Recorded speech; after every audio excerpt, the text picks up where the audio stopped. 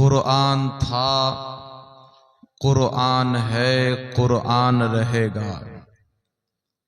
कुरान था, कुरान है, कुरान रहेगा।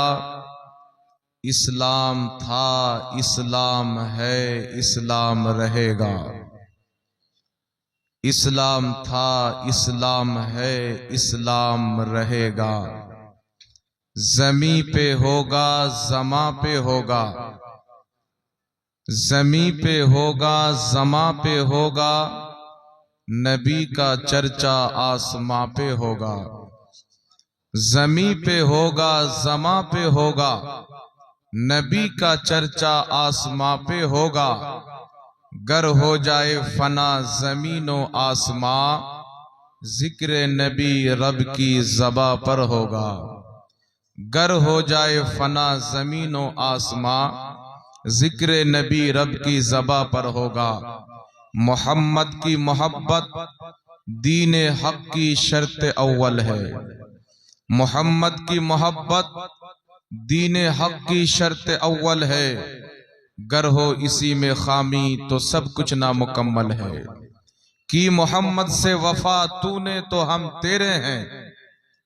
कि मोहम्मद से वफा तूने तो हम तेरे हैं। ये जहां चीज है क्या लौहो कलम तेरे हैं।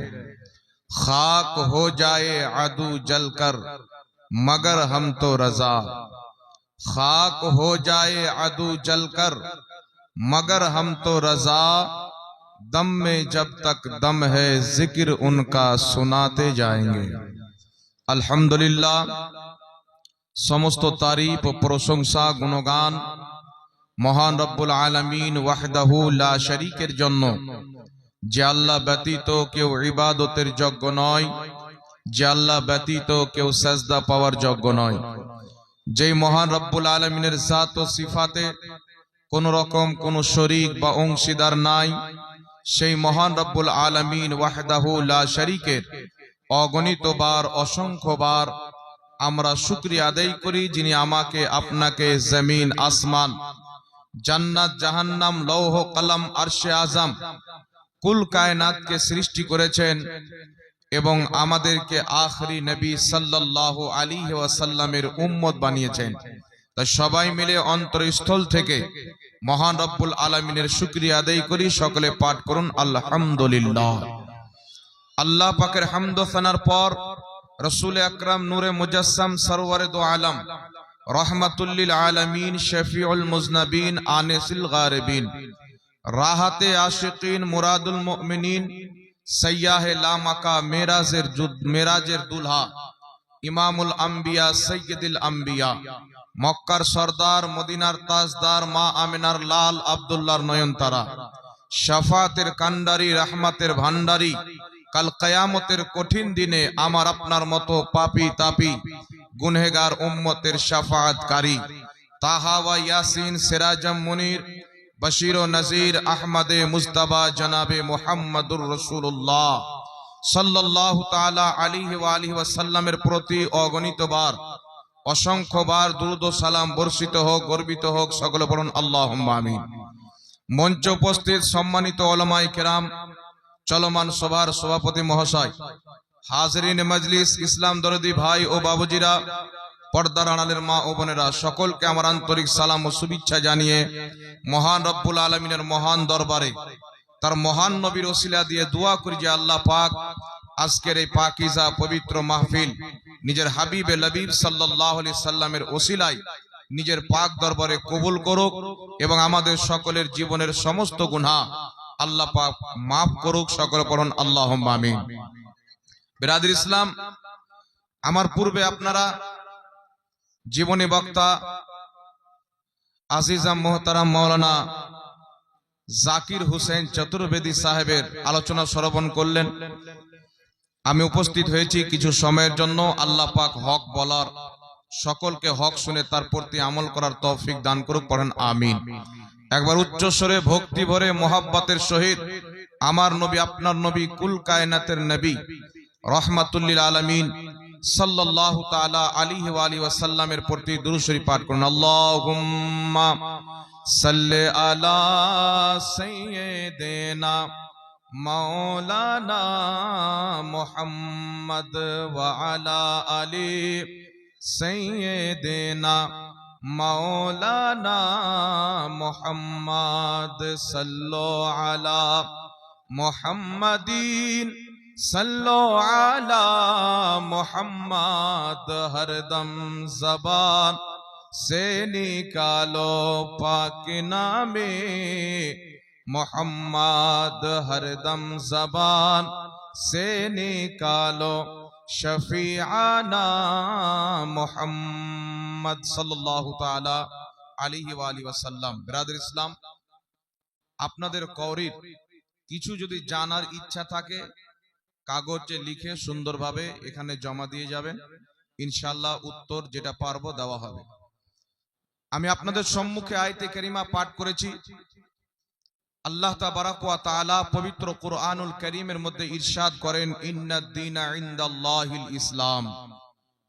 নিশ্চয় আল্লাহ তাবারাক ওয়া তাআলার নিকটে একমাত্র মনোনীত ধর্ম হচ্ছে ইসলাম, আর ইসলামের মান্যকারীদেরকে বলা হয় মুসলিম অথবা মুসলমান।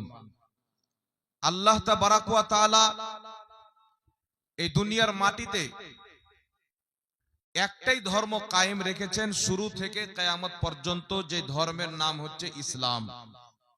ইসলাম ব্যতীত দুনিয়াতে যত ধর্ম বেরিয়েছে সমস্ত ধর্ম এই ইসলাম থেকে মানুষ কেটে কেটে আপন মনে আপন জ্ঞানে আপন আপন ধর্ম তৈরি করেছে।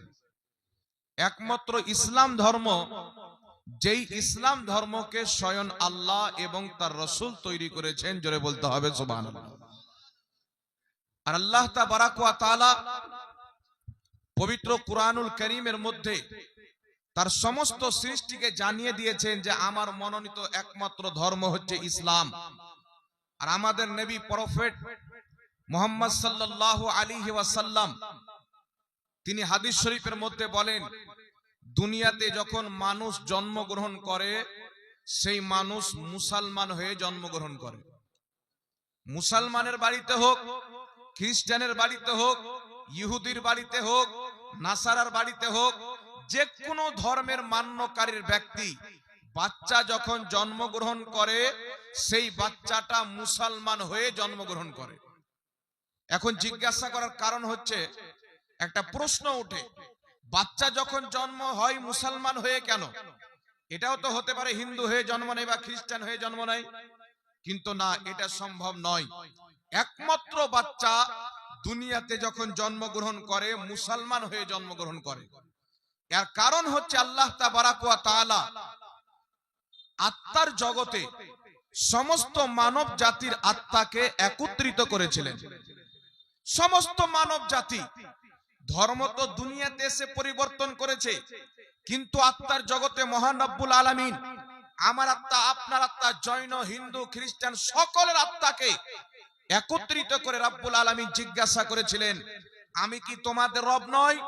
সবাই এক বাক্যে আল্লাহ পাককে রব মেনে উত্তর দিয়েছিল, আল্লাহকে মাবুদ মেনেছিল। আল্লাহকে মাবুদ মানার কারণে প্রত্যেক মুসলমান আত্মার জগতই মুসলমান হয়েছে। সুবহানাল্লাহ। প্রত্যেক মানুষ আত্মার জগতে আল্লাহ পাককে এক মেনে, আল্লাহকে মাবুদ মেনে, আল্লাহকে রব মেনে মুসলমান আত্মার জগতে হয়ে গেছেন। যখন বাচ্চা মায়ের পেটে চলে আসে তখনও মুসলমান থাকে, আত্মার জগতে ছিল তখনও মুসলমান ছিল। যখন মায়ের পেট থেকে ভূমিষ্ঠ হয় মুসলমান হয়ে ভূমিষ্ঠ হয়। তার পিতা মাতা যদি মুসলমান থাকে বাচ্চা মুসলমানই থেকে যায়। মা বাপ যদি ইহুদি হয়ে যায় তাহলে বাচ্চাকে নিজের ধর্মের কালচার দিয়ে বাচ্চাকে ইহুদি বানিয়ে দেয়। মা বাপ যদি খ্রিস্টান থাকে বাচ্চাকে নিজের কালচার দিয়ে খ্রিস্টান বানিয়ে দেয়। মা বাপ যদি হিন্দু থাকে বাচ্চাকে নিজের কালচার দিয়ে হিন্দু বানিয়ে দেয়। কিন্তু বাচ্চা যখন জন্মগ্রহণ করে অন্য কোনো ধর্মের মধ্যে নয়, ওই বাচ্চা মুসলমান হয়ে জন্মগ্রহণ করে। কারণ আত্মার জগতে আল্লাহকে এক মেনে মায়ের গর্ভে এসেছেন, মায়ের গর্ভ থেকে দুনিয়ার মুখ দেখেছেন। জোরে বল সুবহানাল্লাহ। এখন প্রশ্ন হচ্ছে বিরাদর ইসলাম, আমাদের ইসলামের পয়গম্বর রাসূল আযম সাল্লাল্লাহু আলাইহি ওয়াসাল্লাম হযরতে আদম আলাইহিস সালাম থেকে নিয়ে আমাদের নবী পর্যন্ত আল্লাহ পাক অসংখ্য আম্বিয়ায়ে কেরাম রাসূলানে ইসলামকে দুনিয়ার মাটিতে পাঠিয়েছেন একমাত্র মানব জাতির হেদায়েতের জন্য। আজ যদি কোনো ব্যক্তিকে জিজ্ঞাসা করা হয় ইসলামের বয়স কত, ইসলাম আসা কতদিন হলো, কিছু লোকের ধারণা এটা যে ইসলামের প্রফেট হযরত মুহাম্মদ সাল্লাল্লাহু আলাইহি ওয়াসাল্লাম 1450 বছর পূর্বে কমবেশ জন্মগ্রহণ করেছেন, সুতরাং ইসলামের বয়স হলো 1450 বছর। এটা মানুষের ধারণা, কিন্তু ইসলামের বয়স 1450 বছর নয়। ইসলামের আখরি পয়গম্বরের জামানা হচ্ছে 1450 বছর পূর্বে। ইসলামের শেষ নবীর জামানা 1450 বছর পূর্বে আরম্ভ হয়েছে।